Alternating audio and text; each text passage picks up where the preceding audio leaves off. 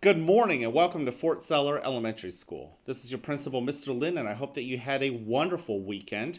Today is Monday, December 7th, 2020. It's day 3.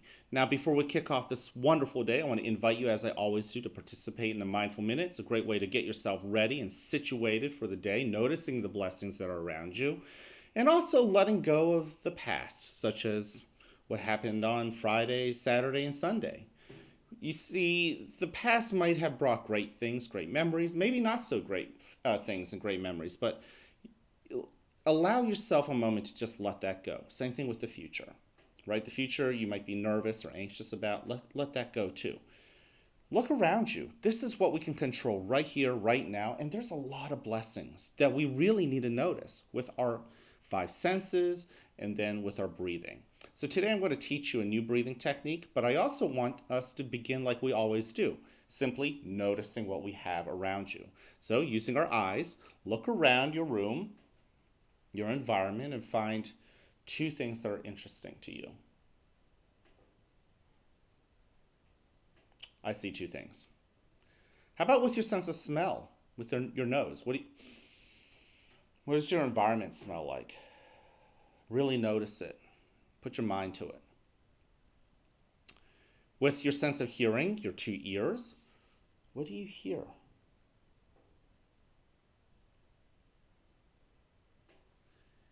And finally, with your sense of touch, your skin, what do you feel? Whether it's your shirt you're wearing, or for me, I certainly feel the heat coming from the stove next to me. In fact, it's kind of weird. I feel the heat on this side, but it's actually a tad cooler on this side of my body. So I'm kind of feeling both kind of the cool and the hot. What do you feel? Now, as we move on, I like to close my eyes. You don't have to, but let's go ahead and, I said I was going to teach you a new breathing technique. I almost forgot. Here we go. It's called rainbow breathing. It's actually one that one of our friends here at Fort Seller taught me, thinking that he had invented it. And believe it or not, I think it was great that our friend did this because it reminded me that people have actually been practicing something called rainbow breathing all along. So you basically put your arms out. It's kind of a little bit of a workout. As you breathe in, you bring your hands all the way up till they touch up top. And as you breathe out, nice and slowly, you bring your hands back down. Okay, let's go ahead and practice that. Breathe in and breathe out. Very good. Now, of course, you can use any other breathing technique that we've taught, like the hot cocoa or the starfish, or simply counting. Breathe in. But if you want to be like me today, we'll try something new. Breathe out, allowing your shoulders permission to relax. Breathe in. Filling your belly full of air, expanding it like a balloon, and then breathing out, allowing your body to sink into the chair you're sitting in, or for me, the floor. Breathe in nice and slowly. Noticing that moment when you stop breathing in and you pause before you breathe out.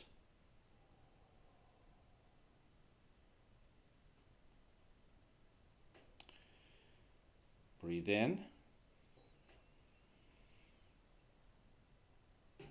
Breathe out. Now, as you breathe in again, take account of the feelings you bring to school today. Whether it's anger or sadness or happiness or enthusiasm, breathe out.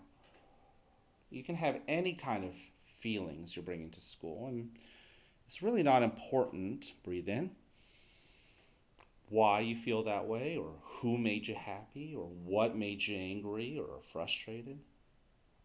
Breathe out. Just simply notice that you do feel those emotions.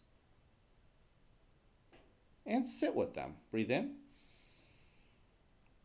Sometimes there are emotions like anger that you don't really want. You think it's a bad feeling.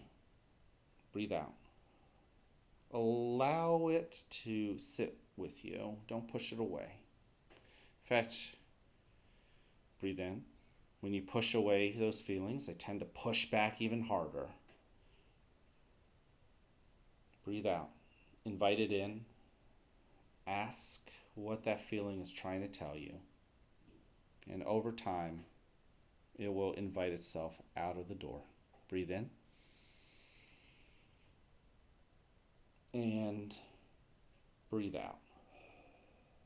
Now, in a moment, you will hear a bell or a chime. Listen to it as it gets quieter and quieter. And when you can't hear it anymore, you may then open your eyes and awaken to the world that is around you.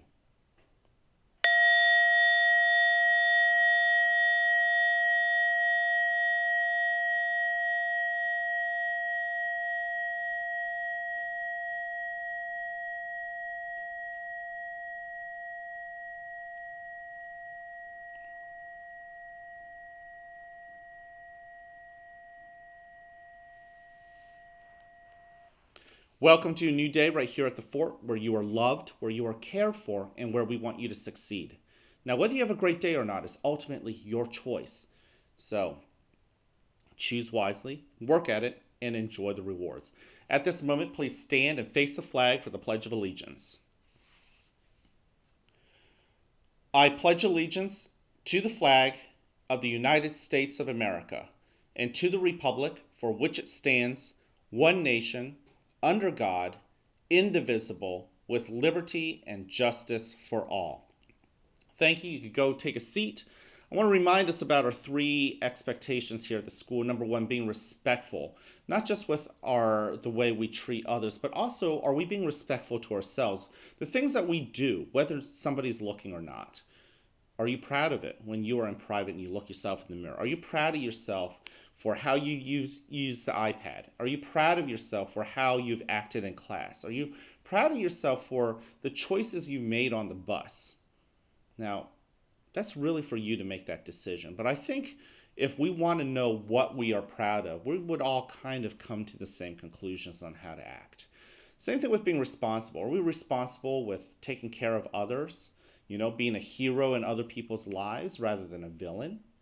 You know what that means. And there are many choices that you can make that will allow you to be a hero. Same thing with being responsible with yourself. Are you responsible with with the words that are coming out of your mouth? Are you being responsible with your hands and your feet? Are you being responsible with the things that belong to you, such as your pencil box, your iPad, and how you use it? And finally, are you ready? Are you showing readiness in taking care of school, being ready to have school, being ready with yourself to be able to engage with your friends in a respectful and responsible way? Are you showing that you're ready to ride the bus or eat lunch in the cafeteria, go to art, or go to library? Okay, so think about that, and take good care of yourself. Also, in the month of December, we are also spotlighting the character trait of compassion. Compassion is something that is all about being kind to yourself and others. And I know that as you walk right by our main lobby, we have the giving tree for Operation Warm a Child. And some of you are already dropping off some really, really kind and thoughtful items like hats and gloves and scarves and coats. On the other side of the lobby, there is a staff shout out board, and we're shouting out to our first grade teachers. I see that some of you guys are leaving some really kind and thoughtful notes too. So those are all acts of compassion that I want to encourage you, if you haven't already participated, to participate. But of course, those are not the only acts of compassion. I know that there are other ways to be compassionate to others, and I encourage you to follow through with it. Listen, it's a new week. It's a Monday, and I can't wait to see you guys around. Have a wonderful, wonderful day.